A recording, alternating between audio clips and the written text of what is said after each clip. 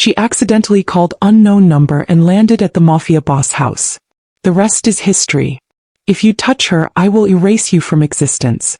Not just you, your family, your friends, everyone who has ever meant anything to you. Do you understand me? The voice was ice cold, each word precisely measured as the tall figure in the black suit pressed the barrel of his gun against the man's temple. Please. I was just following orders. And now you'll follow mine. Tell Victor that Lily Morgan is under my protection. Tell him what happens if he comes near her again. Blood trickled down the man's face as he nodded frantically, eyes wild with terror. Nikolai, stop. A woman's voice cut through the tension. This isn't who you have to be. Not with me.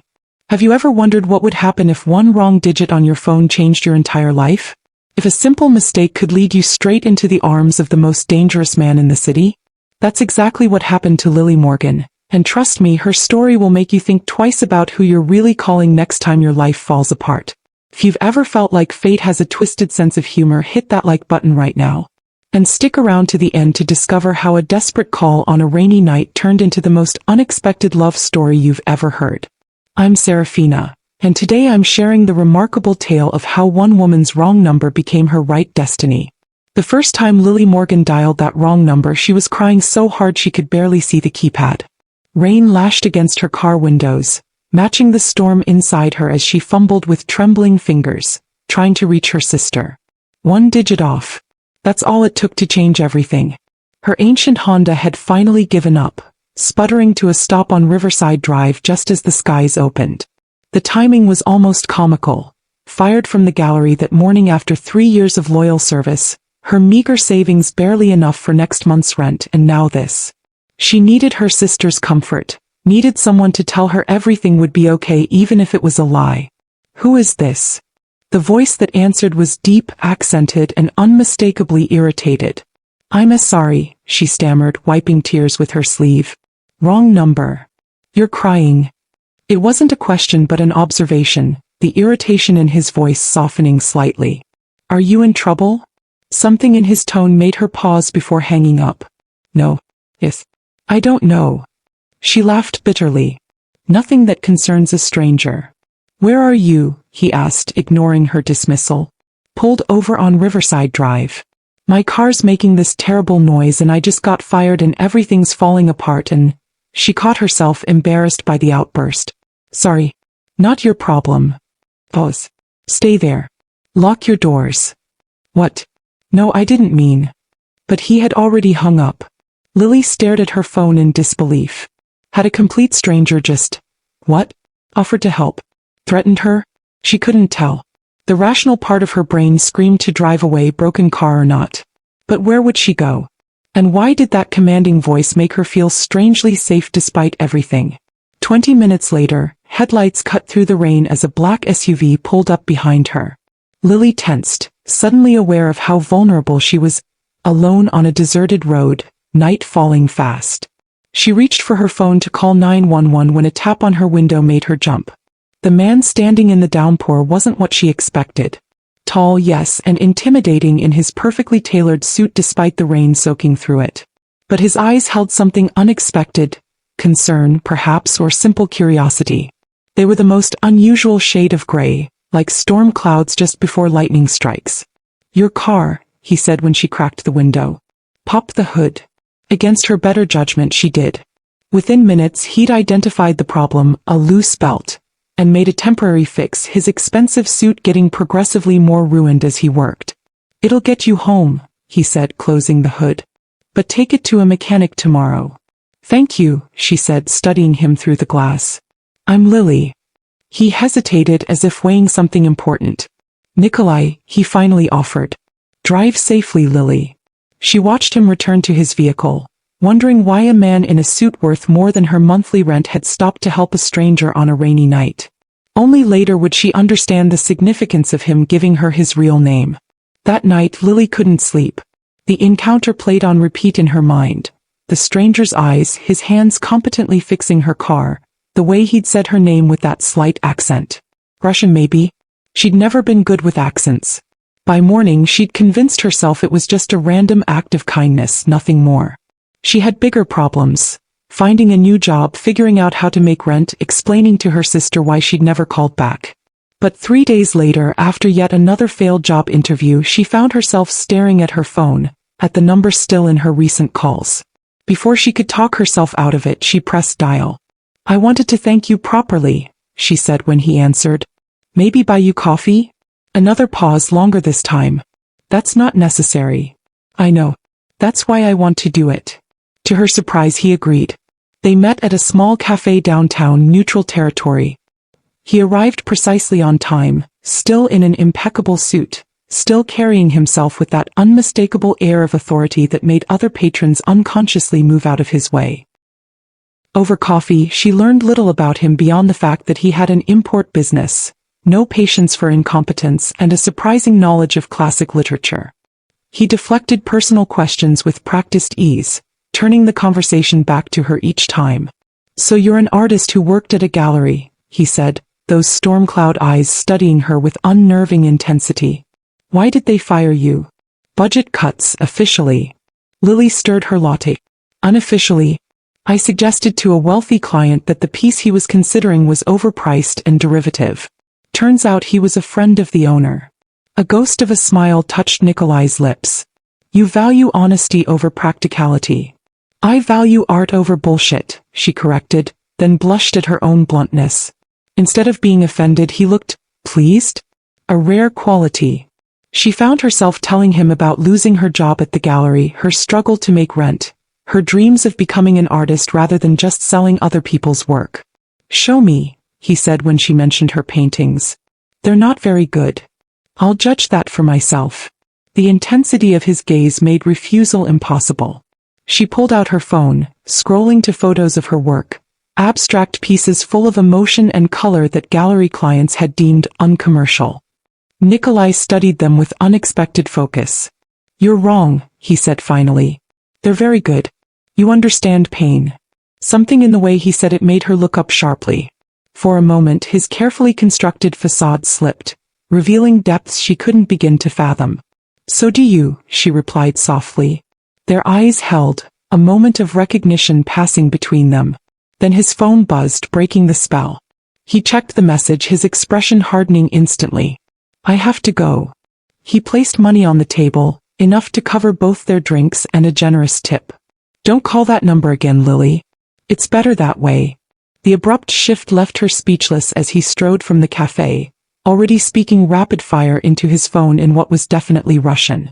She watched through the window as he slid into the same black SUV, now with a driver waiting. Who was this man who fixed cars in the rain, appreciated art, and left cafes like he was rushing to put out fires? Lily told herself to heed his warning. To forget the number, forget him, focus on rebuilding her life. And for a week she did exactly that. Took her car to a real mechanic, applied for jobs, stretched her savings as far as they would go. Until the night she felt footsteps following her home from a job interview. 3 blocks of footsteps matching hers, speeding up when she did, slowing when she slowed. The hairs on the back of Lily's neck stood up as she clutched her portfolio tighter. Downtown was emptying as businesses closed, shadows lengthening between streetlights. She took a sudden turn, then another. The footsteps followed. Her fingers found her phone without conscious thought, scrolling to the number she'd promised herself not to call again. Her heart pounded as she pressed dial, ducking into a store entrance. Nikolai answered on the first ring. "I told you not to call." "Someone's following me," she whispered, pressing herself against the wall. "I'm scared." "Where are you exactly?" All irritation vanished from his voice, replaced by cold efficiency. She gave him the address, watching the street through the shop window. The man who'd been following her stood across the street now, pretending to check his phone. Average height, dark jacket, baseball cap pulled low. "Go inside. Buy something small." "Wait." This time when the black SUV pulled up she felt relief instead of fear. Nikolai didn't come in himself. Instead, a broad-shouldered man with a scar across his jaw entered, scanned the shop and approached her directly. "Mr. Volkov sent me," he said quietly. "I'm Anton. Let's go." "Go where?" she asked, suddenly uncertain. "Somewhere safe. If you've ever had that gut feeling that someone was watching you, following you, waiting for the perfect moment to strike, hit that like button." That primal fear is something we all understand, and it's exactly what Lily felt that night. Except she had something most of us don't. A mysterious protector just one phone call away. The somewhere safe turned out to be a fortress disguised as a mansion on the outskirts of the city. As Anton drove through imposing gates and up a winding driveway, Lily's understanding of who Nikolai might be began to shift dramatically. Security cameras tracked their approach. Men with the unmistakable bearing of guards patrolled the grounds. The house itself rose like something from another world. Stone and glass and old money. "This is where Nikolai lives?" she asked, unable to keep the awe from her voice. Anton's only response was a curt nod as he opened her door.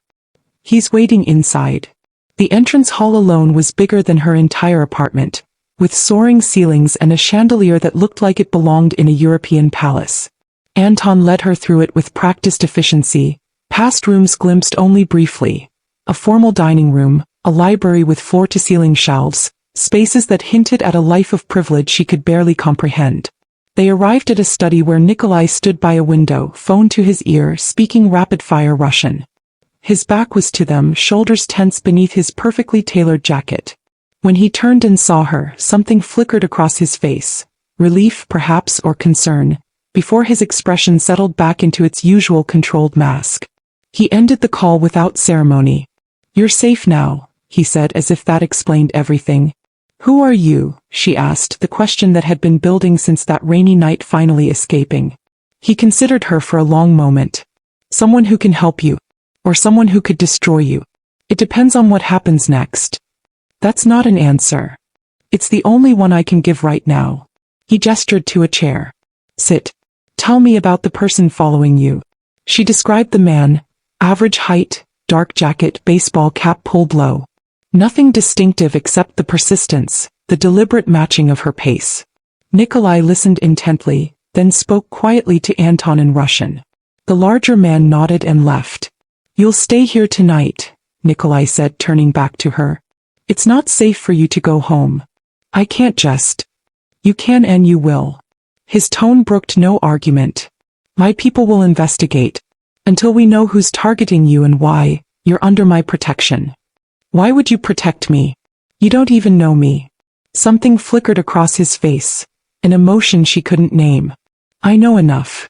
A woman appeared at the door, middle-aged, stern-faced, with the efficient movements of someone who ran a household with military precision. "Mrs. Petrova will show you to your room," Nikolai said. "If you need anything, ask her." "And you?" Lily found herself asking. "I have matters to attend to." His expression softened fractionally. "Rest. You're safe here." The room Mrs. Petrova led her to was like something from a luxury hotel. King-sized bed with silken sheets, an ensuite bathroom with a shower big enough for 4 people, and a balcony overlooking manicured gardens now silvered by moonlight. "Dinner will be brought up," the housekeeper said, her accent thicker than Nikolai's. "Mr. Volkov says you should not leave room tonight. For safety." After she left, Lily stood in the center of the opulent space, trying to process the surreal turn her life had taken. 24 hours ago she'd been worrying about making rent. Now she was in a mansion that screamed old money and new danger, protected by a man who moved through the world like he owned it. That night, in a guest room larger than her entire apartment, Lily lay awake trying to make sense of her situation. The luxury surrounding her, silk sheets, antique furniture, original artwork on the walls, contrasted sharply with the undercurrent of danger she'd sensed throughout the house. Who was Nikolai Volkov? A businessman with unusual security concerns? Something more dangerous? And why had he helped her? First with her car, now with this. Sleep came eventually, but her dreams were troubled. Running down endless corridors while footsteps followed, a pair of storm-gray eyes watching from shadows, the sensation of falling without ever hitting bottom. She woke to sunlight streaming through windows someone had quietly opened while she slept. A breakfast tray waited on a small table by the balcony doors. Fresh fruit, pastries still warm from the oven, coffee in a silver pot. As she ate, she noticed clothes laid out on a chair, new clothes, tags still attached. Designer jeans that looked exactly her size, a cashmere sweater in deep blue, even underwear still in its packaging. The thought of Nikolai selecting these items made heat rise to her cheeks. A knock at the door announced Mrs. Petrova. Mr. Volkov waits in breakfast room when you ready, she said, eyeing Lily's rumpled clothes from yesterday with disapproval. Feeling strangely defiant, Lily ignored the new clothes and followed the housekeeper downstairs in yesterday's wrinkled outfit. If Nikolai noticed, he gave no sign as he rose from the table when she entered. "Did you sleep well?" he asked, gesturing for her to join him. "As well as can be expected when you've been followed by a stranger and whisked away to a mansion that looks like it has its own zip code." She poured herself coffee from a fresh pot. "Are you going to tell me what's really going on?" Morning brought few answers but many revelations. Over breakfast served by a stone-faced Mrs. Petrova, Nikolai informed her that the man following her had been identified. "He works for Viktor Reznikov," he said, watching her reaction carefully. "Does that name mean anything to you?" She shook her head. "Viktor is a business rival. This isn't about you. It's about me. About getting to me through you. But that makes no sense. We barely know each other." Nikolai's expression remained impassive. "We've been seen together. That's enough for someone like Viktor. So I'm in danger because I called a wrong number and you helped me fix my car?" The absurdity of it made her laugh despite everything. To her surprise, Nikolai's lips curved slightly. "Life turns on small moments, Lily. Wrong numbers. Rainy nights. Chance meetings." His phone buzzed. He checked it, frowning. "I have business to attend to. Anton will stay with you. Don't leave the house." "Wait," she caught his arm as he rose. The contact seemed to surprise them both and she quickly let go. "When can I go home?" "When it's safe." His eyes softened slightly. "Make yourself comfortable. My home is at your disposal, except for the West Wing. Don't go there." "What is this, Beauty and the Beast?" she asked, unable to help herself. That almost smile again. "Something like that." After he'd gone, Lily explored the mansion, finding herself drawn to a room filled with art. Not the expected old masters, but contemporary works, vibrant and challenging. Pieces she recognized from major galleries, works by artists whose names were whispered reverently in the art world. And among them, to her shock, hung one of her own paintings.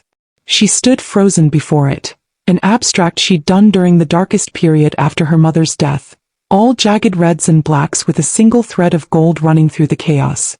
She'd shown it at a small local exhibition 6 months ago. It hadn't sold.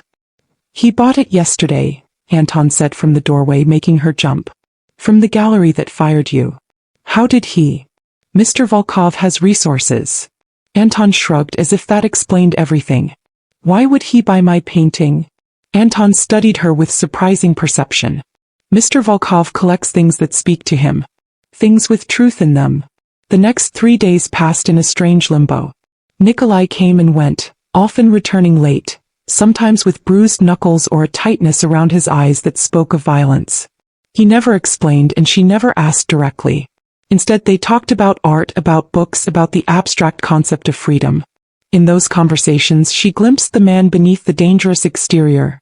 Intelligent, lonely, bound by rules and expectations she couldn't begin to understand. "You never talk about your family," she said on the third night as they shared dinner in the formal dining room. "There's nothing to say. My parents are dead. I have no siblings." "I'm sorry." He shrugged. "It was a long time ago." "Is that why you helped me? Because you know what it's like to be alone?" His eyes met hers across the table. "Perhaps." That night, unable to sleep, Lily wandered the halls until she found herself at the entrance to the forbidden West Wing. The door was unlocked. Heart pounding, she pushed it open. Inside was not the monster's lair she half expected, but an office. A serious office with multiple computer screens, maps on walls and filing cabinets with heavy locks. On the desk sat framed photographs. A stern-looking older man with Nikolai's eyes, a beautiful dark-haired woman, a younger Nikolai in what looked like military uniform. And weapons. A gun safe stood open, revealing an arsenal that made her blood run cold. "I told you not to come here." She whirled to find Nikolai in the doorway, his expression unreadable. "What are you really?" she whispered. "Who are you?" On the fourth morning he entered the breakfast room with purpose in his stride. "It's handled," he said simply. "You can go home now." "Handled," she repeated, setting down her coffee cup. "What does that mean?" "It means you're no longer in danger. Viktor has reconsidered his approach. The careful neutrality in his voice told her everything and nothing. Did you hurt him? Would it matter if I did? She considered this, surprised by her own answer. I don't know. He nodded as if she'd confirmed something important. Your life can return to normal now. I've arranged for a new position at Meridian Gallery. They're expecting you Monday. You can't just. I already have. He placed a key on the table between them. And I've moved your things to a new apartment. Safer building. Better security. Anger flared, cutting through her confusion. You had no right to rearrange my life without asking. No, he agreed, surprising her. I didn't. But I did it anyway. He pushed the key toward her. Take it or don't. Your choice. Why are you doing all this? For the first time he seemed genuinely uncertain. I don't know, he admitted finally. But I'm not stopping. She took the key. Anton drove her to the new apartment in silence, the city passing in a blur outside the tinted windows of the SUV. Lily clutched the key in her palm, its edges digging into her skin, a tangible reminder that this wasn't some elaborate dream. Does he do this often? She finally asked. Rescue strangers and rearrange their lives? Anton's eyes met hers briefly in the rearview mirror. You're the first. The new apartment was in a renovated pre-war building in a neighborhood she could never have afforded. Doorman, security cameras, residents who looked like they belonged in the pages of fashion magazines. Her stomach knotted as the elevator ascended to the 10th floor. What kind of man had this kind of power, this kind of money? And what would he expect in return? If you've ever had someone sweep into your life and turn everything upside down, hit that subscribe button right now. We all dream of that magical moment when our problems disappear. But what happens when the solution comes with strings attached? When the person solving your problems might be the most dangerous complication of all. The apartment door swung open to reveal a space that stole her breath. Corner unit, floor-to-ceiling windows, hardwood floors that gleamed in the afternoon light. But what made her freeze in the doorway wasn't the luxury. It was the care evident in every detail. Her few possessions had been arranged with surprising thoughtfulness. Books organized on built-in shelves, her mother's old quilt draped over the arm of a comfortable-looking sofa, her coffee mug, chipped but beloved, sitting on the kitchen counter as if waiting for her. And the studio space. An entire room with perfect northern light, professional-grade easel, a table for her supplies, walls already prepped to hang finished work. On the easel by the window sat a blank canvas and new supplies, the expensive kind she could never afford. Beside them lay a phone. Not her old one but a sleek new model. A single number had been programmed into it. Mr. Volkov said to call if you need anything, Anton said from the doorway. Anything at all. After he left, Lily wandered through the apartment in a daze, opening cabinets to find them stocked with food, checking the closet to discover her clothes hanging neatly alongside several new items with tags still attached. In the bathroom, her drugstore shampoo sat next to high-end products she'd never be able to afford. It was thoughtful, terrifying, overwhelming. When she called the program number, he answered immediately. Is everything satisfactory? Formal, distant, as if the past days had never happened. Yes, she said. Thank you. But this doesn't make sense, Nikolai. Any of it. A long silence. Then, have dinner with me tomorrow. I'll explain what I can. He should have said no. Every instinct warned her that Nikolai Volkov was dangerous. Not just to her safety but to her heart, her future, everything she thought she wanted. Instead she said, I'll cook. Here. 7 o'clock. Another pause. I'll bring wine. As she ended the call, Lily looked around the apartment. Her new life arranged by a man she barely knew. A man who might be everything she should fear. Yet somehow, in the chaos of wrong numbers and rainy nights and unexpected protection, she'd found something she never expected. A connection that defied explanation, a beginning disguised as an ending. That night she slept better than she had in years, wrapped in luxury that should have felt foreign but somehow didn't. In the morning she stood before the blank canvas, brush in hand, and began to paint, colors swirling with possibility, with danger, with the strange, unexpected hope that sometimes the wrong number turns out to be exactly right. At precisely 7 o'clock, a knock sounded at her door. Nikolai stood in the hallway, a bottle of wine in one hand, a small wrapped package in the other. He traded his usual suit for dark jeans and a charcoal sweater that made his eyes look even more intensely gray. "You came alone," she observed, stepping back to let him in. "Did you expect an entourage? After the past few days? I wouldn't have been surprised." He handed her the wine, a vintage she couldn't pronounce, and the package. A housewarming gift. Inside was a book, a first edition of Dostoevsky's Crime and Punishment in the original Russian. "I can't read Russian," she said, running her fingers over the aged leather binding. "Not yet." His eyes held hers. "But the illustrations are universal." She opened it to find exquisite woodcut prints interspersed throughout the text, dark and beautiful and haunting. "It's incredible," she admitted, "but probably worth more than everything I own." "Value isn't always about money, Lily." He moved past her into the apartment, his gaze taking in the space. "You've been painting." The canvas on the easel was still wet. A cityscape at night, rain-slicked streets reflecting neon lights, a solitary figure standing beneath a street lamp. "It's not finished," she said quickly. "It's honest." He studied it with that same intensity he'd shown her portfolio. "There's fear in it. But curiosity too." "That's accurate." She moved to the kitchen, suddenly needing distance. "Dinner's almost ready. Just pasta, nothing fancy."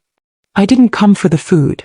The simple statement hung between them as she busied herself with final preparations, acutely aware of him moving around her space, examining her books, her few photographs, the small touches that made this place already feel like hers despite its newness. Over dinner he finally began to answer her questions.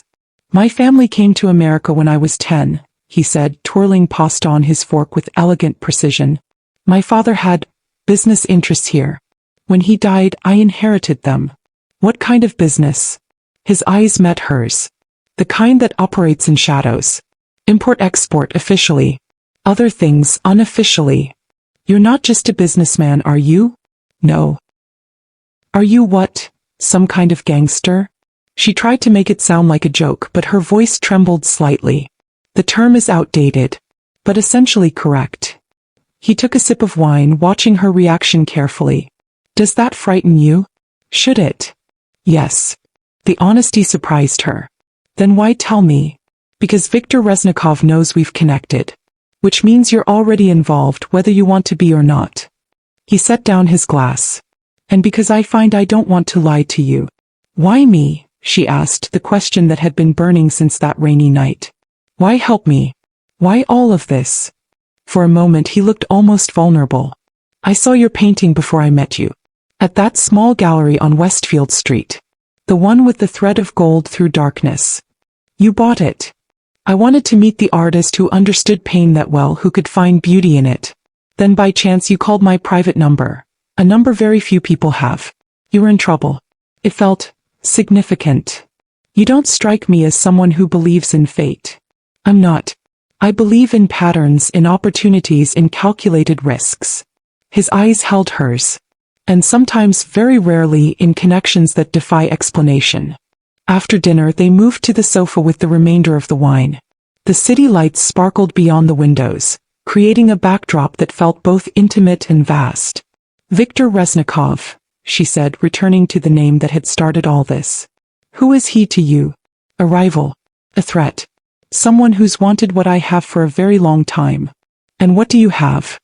Territory, influence, control of certain markets."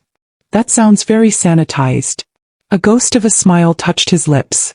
"Would you prefer the unvarnished truth?" "Always. I control most of the illegal gambling in this city. Protection for businesses in certain neighborhoods. Some smuggling operations, art, antiquities, things that don't hurt people. I don't touch drugs or human trafficking. Those are lines I don't cross. But you hurt people. When necessary." His expression hardened. "The man following you. He's disappeared before. Left bodies behind. If I hadn't intervened, you might have been next." The casual way he referenced violence should have terrified her. Instead she found herself asking, "Why does Victor care about me?" "Because I do." The simple admission hung between them. "He's always looked for my vulnerabilities. Now he thinks he's found one. Am I a vulnerability?" Nikolai set down his wine glass, his eyes never leaving hers. What do you think? The air between them seemed to thicken, charged with something neither had fully acknowledged until this moment. Lily found herself leaning toward him, drawn by a pull she couldn't explain and didn't want to resist. His hand came up to cup her cheek, thumb brushing lightly across her lower lip. This is unwise, he murmured. I know. I can't offer you normal, Lily. My world doesn't allow for it. I'm not asking for normal. She covered his hand with hers. I'm just asking for tonight. The kiss when it came was gentle at first, a question rather than a demand. But as she responded, it transformed into something hungrier, deeper. A conversation without words about need and longing and the strange twist of fate that had brought them together. Later, tangled in sheets that smelled of him, of them, Lily traced the scars on his body. A roadmap of violence survived, of a life she was only beginning to understand. This one, she asked, fingers skimming a jagged line across his ribs. Knife fight. 17 years old. And this. A small, puckered circle on his shoulder. Bullet. Business disagreement.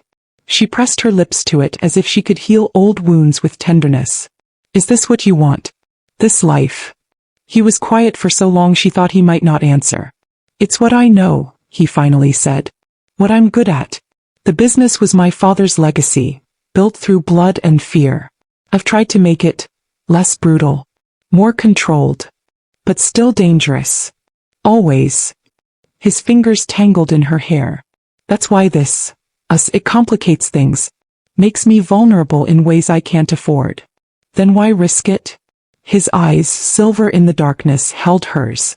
Because some risks are worth taking. The next morning, Lily woke to an empty bed and the sound of Nikolai's voice from the living room, speaking rapid-fire Russian that sounded tense even to her untrained ear. She pulled on his discarded shirt and padded to the doorway. He stood by the window, phone pressed to his ear, his back a rigid line of tension. When he turned and saw her, something flickered across his face, tenderness quickly replaced by concern. I have to go, he said after ending the call. Victor's made a move against one of my businesses. Is it because of me? Because you were here? No. He crossed to her, hands settling on her waist. This was planned. But my being here away from my security made time inconvenient. Will you be safe? A ghost of a smile touched his lips. Are you worried about me, Lily Morgan? Yes, she admitted simply. He kissed her, brief but intense. I'll call you later. After he left, Lily stood in the center of her beautiful new apartment, wrapped in his shirt, feeling like she'd stepped into someone else's life. Everything had happened so quickly. The wrong number, the rescue, this sudden intense connection with a man who lived in a world of shadows and violence. A man who had enemies. Enemies who now knew about her. Monday morning found her at Meridian Gallery, being introduced as their new assistant curator by a manager who treated her with a deference that suggested Nikolai's influence extended far beyond criminal enterprises. Your reputation precedes you, the manager said, showing her to a sleek office. We're particularly impressed with your eye for emerging artists. Reputation?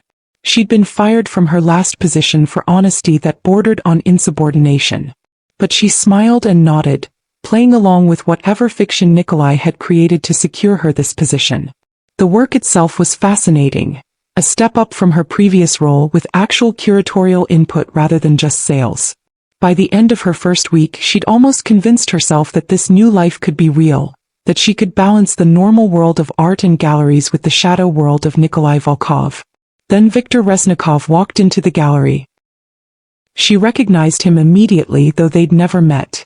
Something in his bearing, in the way other patrons unconsciously moved away from him, in the cold assessment of his pale blue eyes as they fixed on her. Ms. Morgan, he said, approaching her display of contemporary sculpture. I've heard so much about you. Viktor Reznikov was older than she'd expected. Mid-50s perhaps, with silver threading through dark hair and lines of experience etched around his eyes. Handsome in a severe way, impeccably dressed in a suit that rivaled Nikolai's in quality. I'm afraid you have me at a disadvantage, she replied, professional smile firmly in place despite her racing heart. Viktor Reznikov. He extended a manicured hand. Art collector among other things. His grip was firm, lingering just a moment too long. I understand you have a special relationship with Nikolai Volkov. The gallery suddenly felt too small, too exposed. Mr. Volkov is a patron of the arts. Is that what they're calling it these days? Amusement glinted in his cold eyes. Walk with me, Miss Morgan. I'm interested in acquiring new pieces for my collection. It wasn't a request.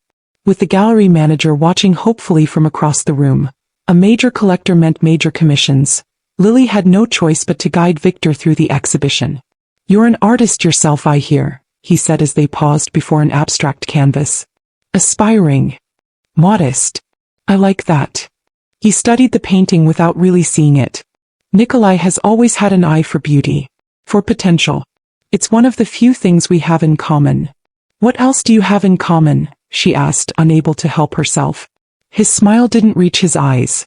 A certain pragmatism about human nature. An understanding that everything and everyone has a price. Not everyone. No.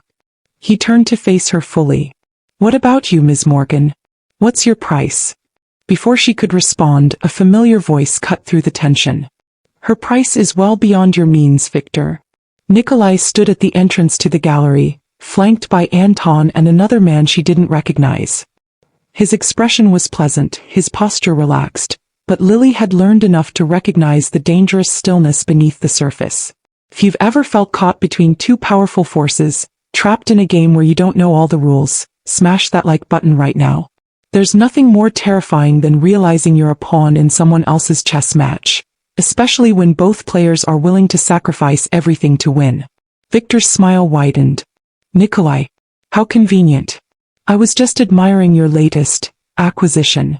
Ms. Morgan is a valued employee of this gallery, Nikolai replied smoothly, crossing to stand beside Lily. His hand brushed hers briefly, reassurance or warning she wasn't sure. And a talented artist in her own right. So I've heard.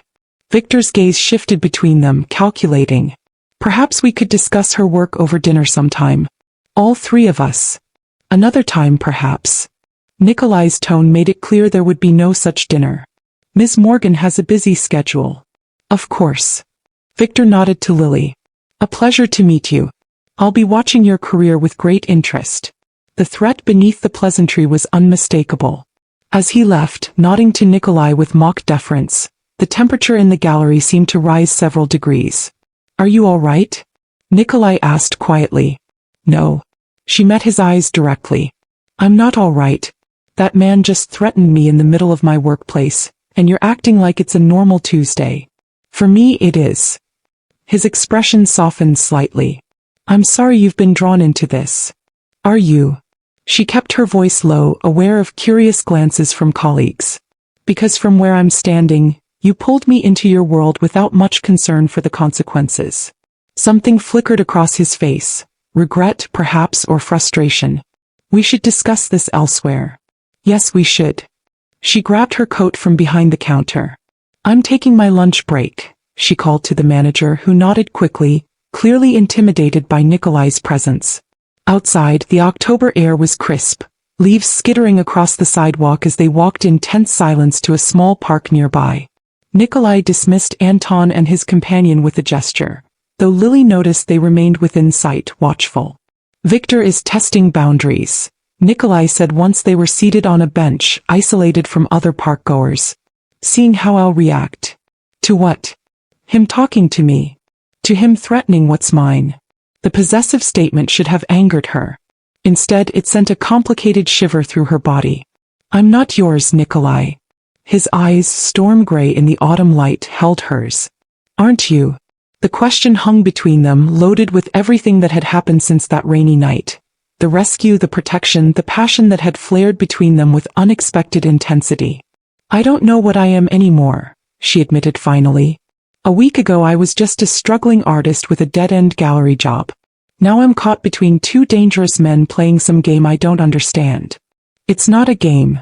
His voice hardened. Victor and I have history. Bad blood. He's been trying to take over my territory for years. And now he thinks I'm a way to get to you. Yes. Because you care about me. Nikolai was silent for a long moment, his gaze shifting to the falling leaves. Because I've allowed myself to care. It was unexpected. The admission, so simple yet so profound from a man who clearly guarded his emotions carefully, made her breath catch.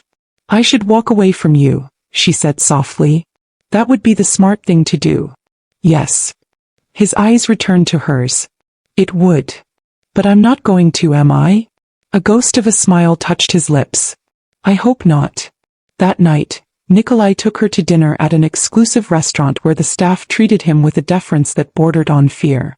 They ate exquisite food, drank wine that probably cost more than her old monthly rent, and talked about art and literature and philosophy as if they were any normal couple. But they weren't normal. The two men stationed discreetly at nearby tables made that clear. As did the gun she knew Nikolai carried beneath his perfectly tailored jacket.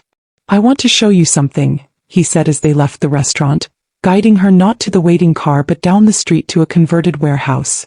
Inside was a gallery unlike any she'd seen before. Raw space, exposed brick, artwork that pushed boundaries in ways that made her breath catch. And people, beautiful people in avant-garde clothing, drinking champagne and discussing pieces with animated intensity. "What is this place?" she asked, accepting a glass from a passing server. "The underground." Nikolai guided her through the space with a hand at the small of her back. It showcases artists who are too controversial for mainstream galleries. Artists who tell uncomfortable truths. As they moved through the crowd, Lily noticed something strange. The deference shown to Nikolai here was different from the restaurant. This wasn't fear, it was genuine respect. "You own this place," she realized. "I provide the space. The funding. The artists control everything else." He stopped before a particularly striking installation. Twisted metal and shattered glass forming a beautiful, broken cityscape. "This is what I wanted to show you." A small sign identified the artist. L. Morgan. That's my piece from the community exhibition last year." She stared in disbelief. "The one that didn't sell. I bought it through a proxy. It deserved to be seen." His eyes held hers. "You deserve to be seen, Lily." Why do all this for me?" "Because your work speaks truth. Because you see beauty in broken things." His hand came up to touch her cheek. "Because from the moment you called my number by mistake, nothing has been the same." The kiss that followed was different from their others. Not desperate or passionate but tender, almost reverent. Around them, the gallery crowd continued their conversations, but Lily felt as if they existed in their own bubble of time and space. "I want to show you at the next exhibition," he said when they parted. "A full collection of your work." "I don't have a full collection." "You will." His confidence in her was both terrifying and exhilarating. "Paint what you see in this new life of yours. Paint the truth of it." And she did. Over the next 2 months, Lily painted with a fervor she'd never experienced before. Canvases filled with shadow and light, danger and beauty, the duality of the world she now inhabited. By day she worked at Meridian Gallery, building a reputation for discovering bold new artists. By night she created her own art or lost herself in Nikolai's arms. Their relationship evolved into something neither had anticipated, deep, complex, rooted in mutual understanding that transcended their different backgrounds. He showed her parts of his world gradually, the legitimate businesses he'd built alongside the shadowy empire inherited from his father, the community programs he funded anonymously, the loyalty he commanded not just through fear but through a strict code of honor. In return, she showed him how to find moments of normalcy. Sunday mornings reading the paper in bed, impromptu picnics in her apartment when business kept him from proper dates, the simple pleasure of watching a movie without analyzing every shadow for threats. But Victor's presence lingered at the edges of their happiness, a persistent shadow. Twice more he appeared at Meridian when Lily was working. Once he sent flowers to her apartment, roses so dark red they were almost black, with a card that read simply, "Everything has its season." Nikolai increased her security. A driver to take her to and from work, a state-of-the-art system installed in her apartment, a panic button disguised as a pendant he insisted she wear always. "Is this really necessary?" she asked as he fastened the delicate silver chain around her neck. "Yes." His fingers lingered at her nape. "Victor is patient, calculating. He's waiting for the perfect moment to strike. At me, or at you through me. Both." His eyes, serious in the lamplight, held hers. He knows now that hurting you would hurt me more than any business loss. The admission that she had become his greatest vulnerability should have frightened her. Instead, it filled her with a strange, fierce protectiveness. This dangerous man who had built walls around himself for so long had allowed her past his defenses. The night of her exhibition at the Underground arrived on a snowy December evening. The converted warehouse had been transformed, her paintings displayed dramatically against raw brick walls, lighting designed to enhance their emotional impact, the city's art elite mingling with tattooed creatives and serious collectors. Lily wore a dress Nikolai had given her, deep blue silk that made her eyes look almost violet, and tried to calm her nerves as critics examined her work, as strangers discussed her technique and vision as if she weren't standing right there. "They love it," Nikolai murmured, appearing at her side with champagne. "As they should. I still can't believe this is happening." She accepted the glass, her hand trembling slightly. 3 months ago I was getting fired for being too honest about mediocre art. And now you're the most talked about new artist in the city. Pride colored his voice. Because you refused to compromise your vision. The exhibition was a triumph. Every piece sold before midnight, critics praising her unflinching exploration of beauty within darkness, her name suddenly on the lips of people who mattered in the art world. It should have been the perfect night. But as the crowd thinned and Lily found herself in a quiet corner with the gallery director discussing future shows, she felt a prickle of unease. Scanning the room, she realized she hadn't seen Nikolai for at least 20 minutes. Excusing herself, she moved through the remaining guests, searching for his tall figure. Anton stood by the main entrance, his posture alert in a way that heightened her concern. "Where's Nikolai?" she asked, approaching him. "He stepped outside to take a call." Anton's expression gave nothing away, but his eyes constantly scanned the room. "Business. How long ago?" 15 minutes. Too long for a simple call. Lily moved toward the side exit that led to a small courtyard where smokers gathered. The night air was bitter cold, snow falling in fat, lazy flakes that melted on the heated pavement. The courtyard was empty except for 2 figures at the far end, Nikolai and a man she didn't recognize, their conversation clearly tense even from a distance. As she watched, the stranger handed Nikolai what looked like an envelope. She was about to turn back inside when movement caught her eye, a shadow detaching from the darkness near the service entrance, the metallic glint of something in a gloved hand. "Nikolai," she screamed as the shadow rushed toward him. Everything happened in terrible slow motion. Nikolai spinning at her cry, the attacker lunging forward, the flash of a blade in the dim light. Nikolai moved with surprising speed, deflecting the knife, but a second attacker emerged from behind a parked van. Lily ran toward them without thinking, her pendant clutched in her hand. The second attacker saw her coming and changed direction, moving to intercept her with cold purpose. Then Anton was there, materializing from nowhere, his own weapon drawn. A shot cracked through the night air, then another. The second attacker fell. The first grappled with Nikolai, their struggle brutal and efficient. Lily stood frozen as Nikolai gained the upper hand, forcing his attacker to the ground with methodical violence. There was blood on the snow on Nikolai's hands, splattered across his white shirt. "Call Dmitri," he ordered Anton without looking up, his knee pressed into his attacker's back as he secured the man's hands with what looked like a zip tie. "Full lockdown protocol. Get everyone out of the gallery. Now." Only then did he look up and see Lily standing there, champagne glass still clutched in one hand, pendant in the other, her face a mask of shock. "Lily." He rose slowly as if trying not to startle her. "You shouldn't be out here. You're bleeding," she said numbly, noticing the dark stain spreading on his sleeve. "It's nothing." But his face was pale beneath its usual olive tone. "Go inside with Anton. Please." Instead she moved toward him, glass and pendant falling forgotten to the snow-covered ground. "Let me see. Lily. Let me see." Her voice was stronger now, cutting through the chaos of the moment.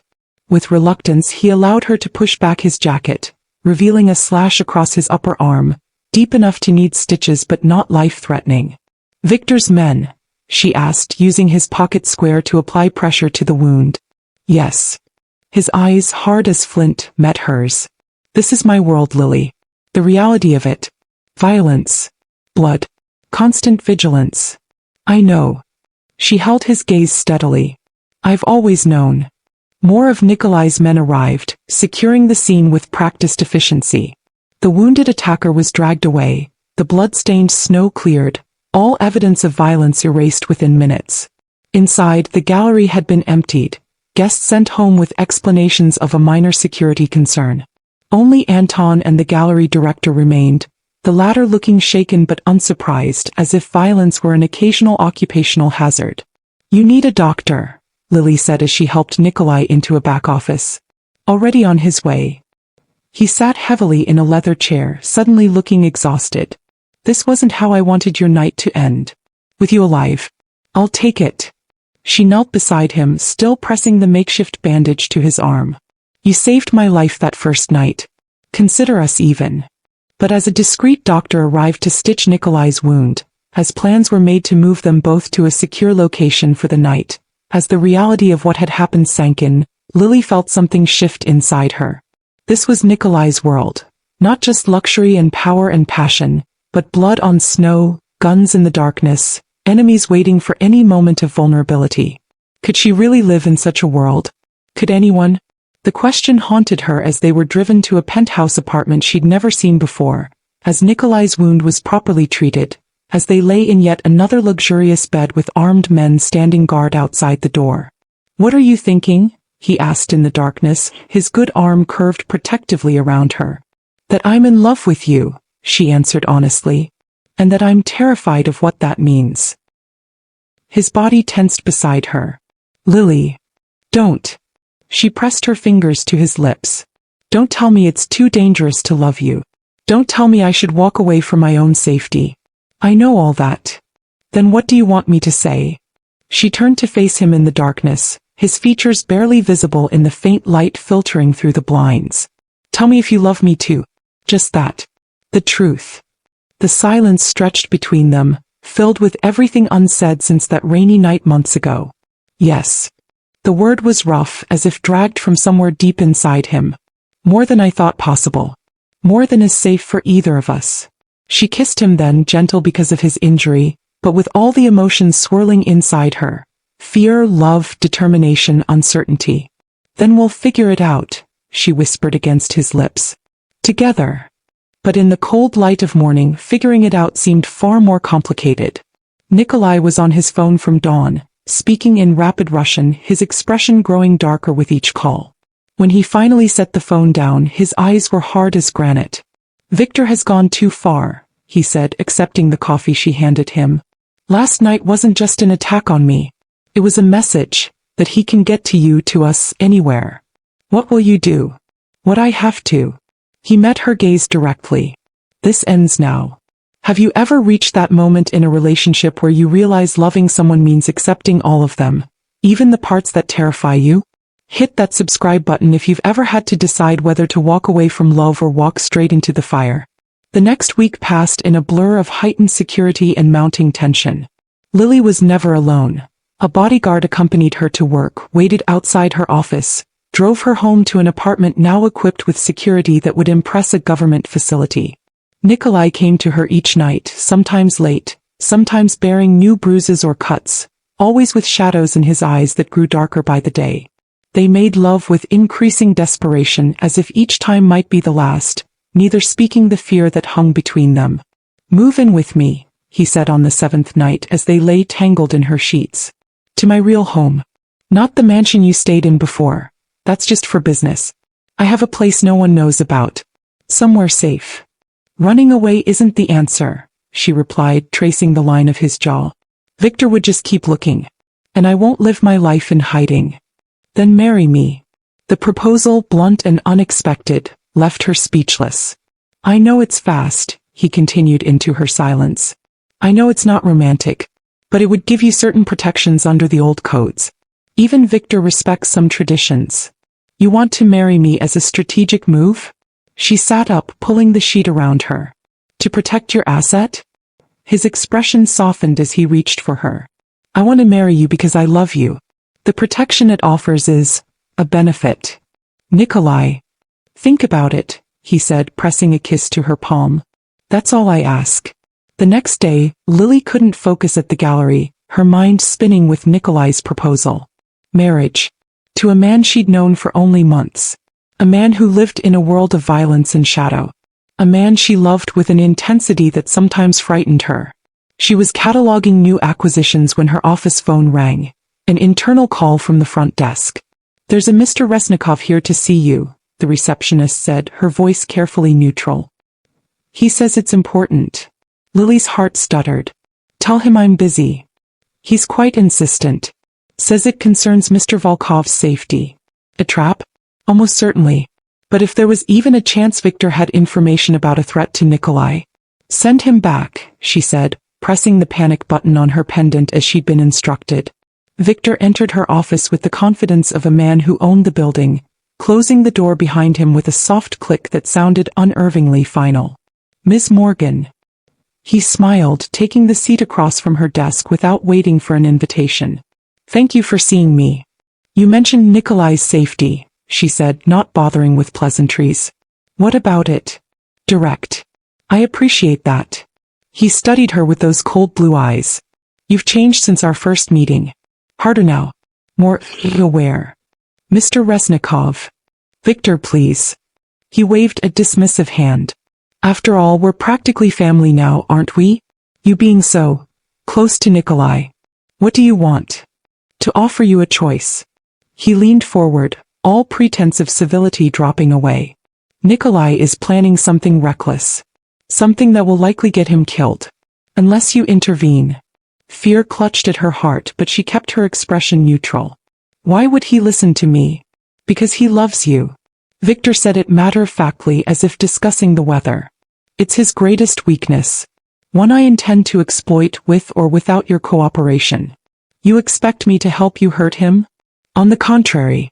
I expect you to help me save him." Victor's smile was cold as winter.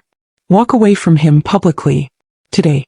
Make him believe you want nothing more to do with him or his world." "And why would I do that?" "Because a man in love is vulnerable. A man rejected is careful. Focused." He spread his hands. "Nikolai distracted is Nikolai dead. Nikolai with a broken heart at least has a chance to survive what's coming."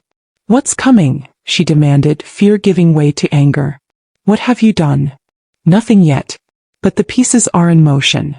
He stood, straightening his immaculate suit. "You have until tonight to decide. Break his heart or prepare to attend his funeral."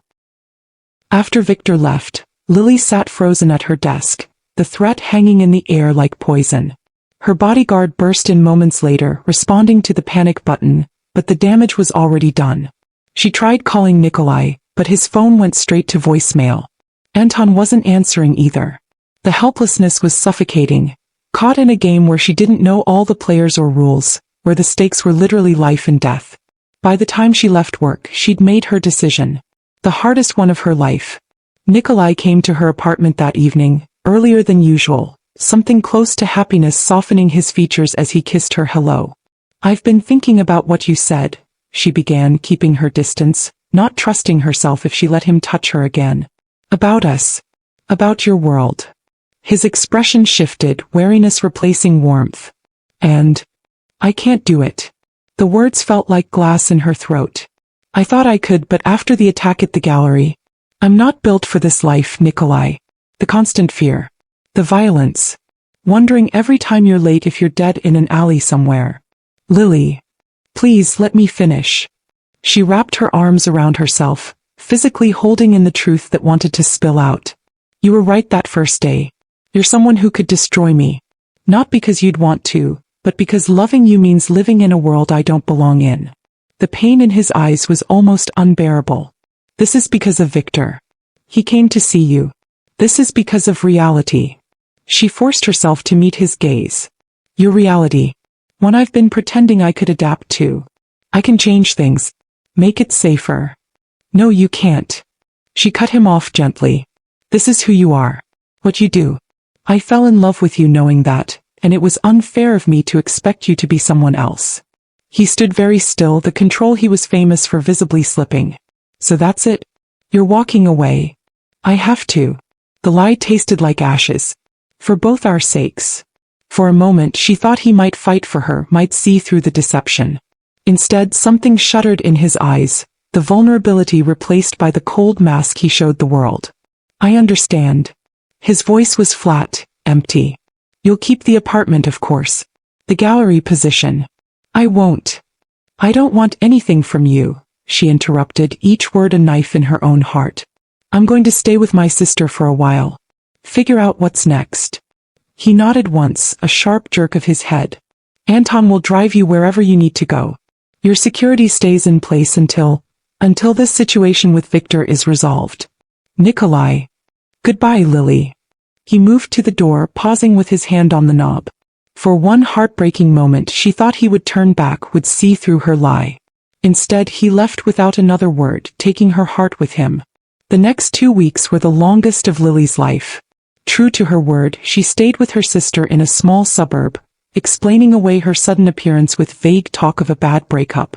She went through the motions of living, eating when food was put in front of her, smiling when a response was expected, even returning to work at the gallery after a week.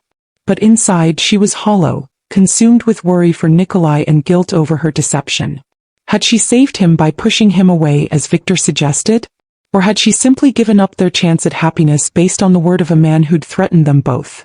There was no news of either Nikolai or Victor in the papers, no whispers of gang violence or business takeovers.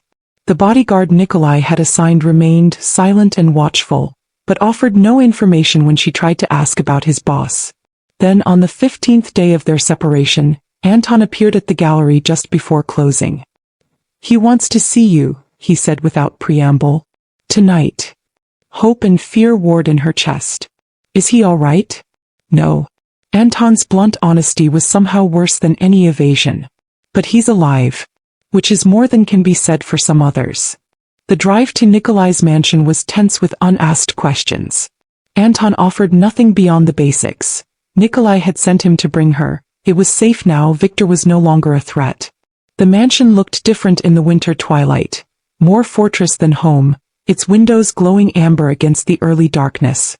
Anton led her not to the study where they'd first talked, but to a room she'd never seen before. A smaller, more intimate space with a fireplace and walls lined with books. Nikolai stood by the window, his back to the door, a tumbler of amber liquid in his hand. He'd lost weight, his normally impeccable suit hanging slightly loose on his frame. Thank you, Anton, he said without turning. That will be all. After the door closed, silence stretched between them, taut as a wire.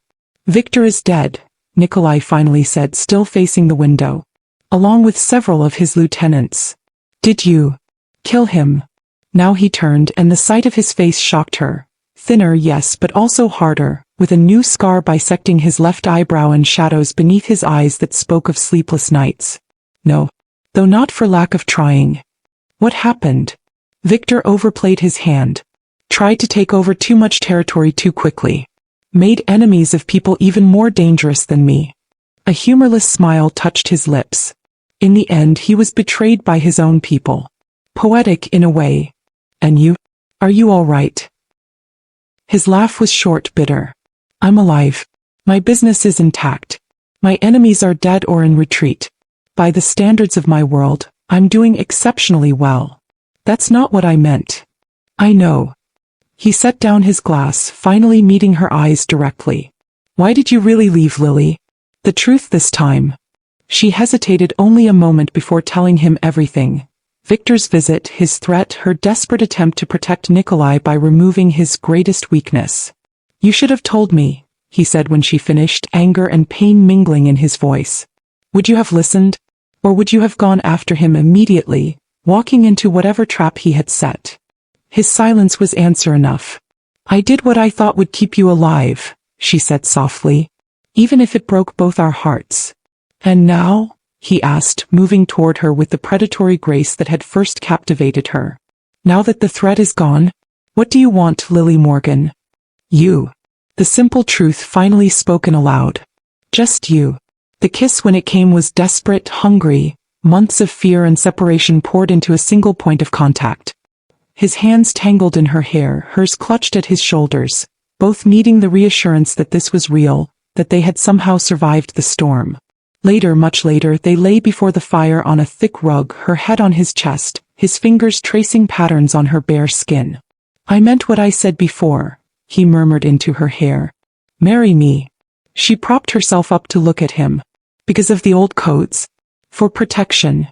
Because I never want to spend another day without you." His eyes, storm gray in the firelight, held hers. "Because when I thought I'd lost you, nothing else mattered. Not territory, not business, not even survival." "That sounds dangerous." "It is." His hand came up to cup her cheek.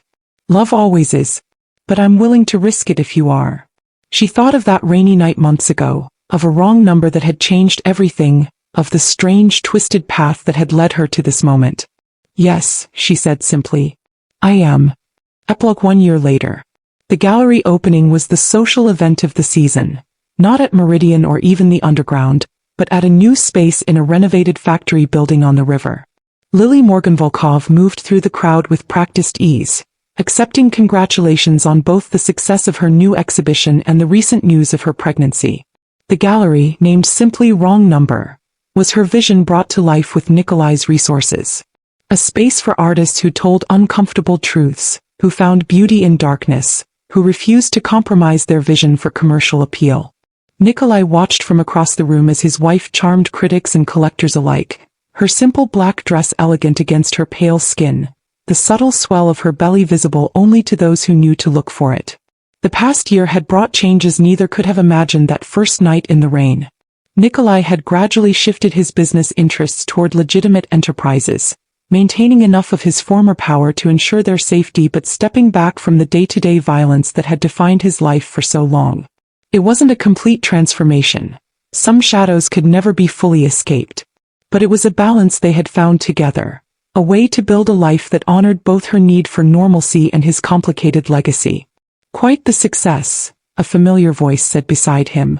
Anton, now officially his head of security rather than his enforcer, nodded toward the crowded gallery. "She's good at this." "She's good at everything," Nikolai replied, unable to keep the pride from his voice. His phone buzzed in his pocket, a text from one of his remaining business associates about a shipment coming in. Once he would have left immediately to handle it. Now he simply forwarded it to his operations manager with instructions to call only if absolutely necessary. Some things were more important than business, family, love, the future growing inside his wife's body. Across the room, Lily looked up and caught his eye, a smile spreading across her face that still, after all this time, made his heart stutter in his chest. She excused herself from her conversation and made her way to him, slipping her hand into his with the easy confidence of someone who knew she belonged there. "Happy?" he asked, pressing a kiss to her temple. "Beyond words." She leaned into him, both of them gazing at the centerpiece of the exhibition. A large canvas depicting a rain-slicked street, a broken-down car and two figures meeting beneath a street lamp, their futures stretching before them like an unwritten story. If you've ever wondered whether fate exists, whether one small mistake can change the entire course of your life, I hope Lily and Nikolai's story has given you something to think about. Sometimes the wrong number turns out to be exactly right. Sometimes the most dangerous choice leads to the greatest happiness. And sometimes, just sometimes, love really can conquer all, even when it seems impossible. This is Serafina, reminding you that the most beautiful stories often begin with mistakes. If this tale touched your heart, please hit that like button and subscribe for more stories that remind us that love can find us in the most unexpected places, at the most unexpected times. And remember, next time your phone rings and you don't recognize the number, maybe, just maybe, it's destiny calling.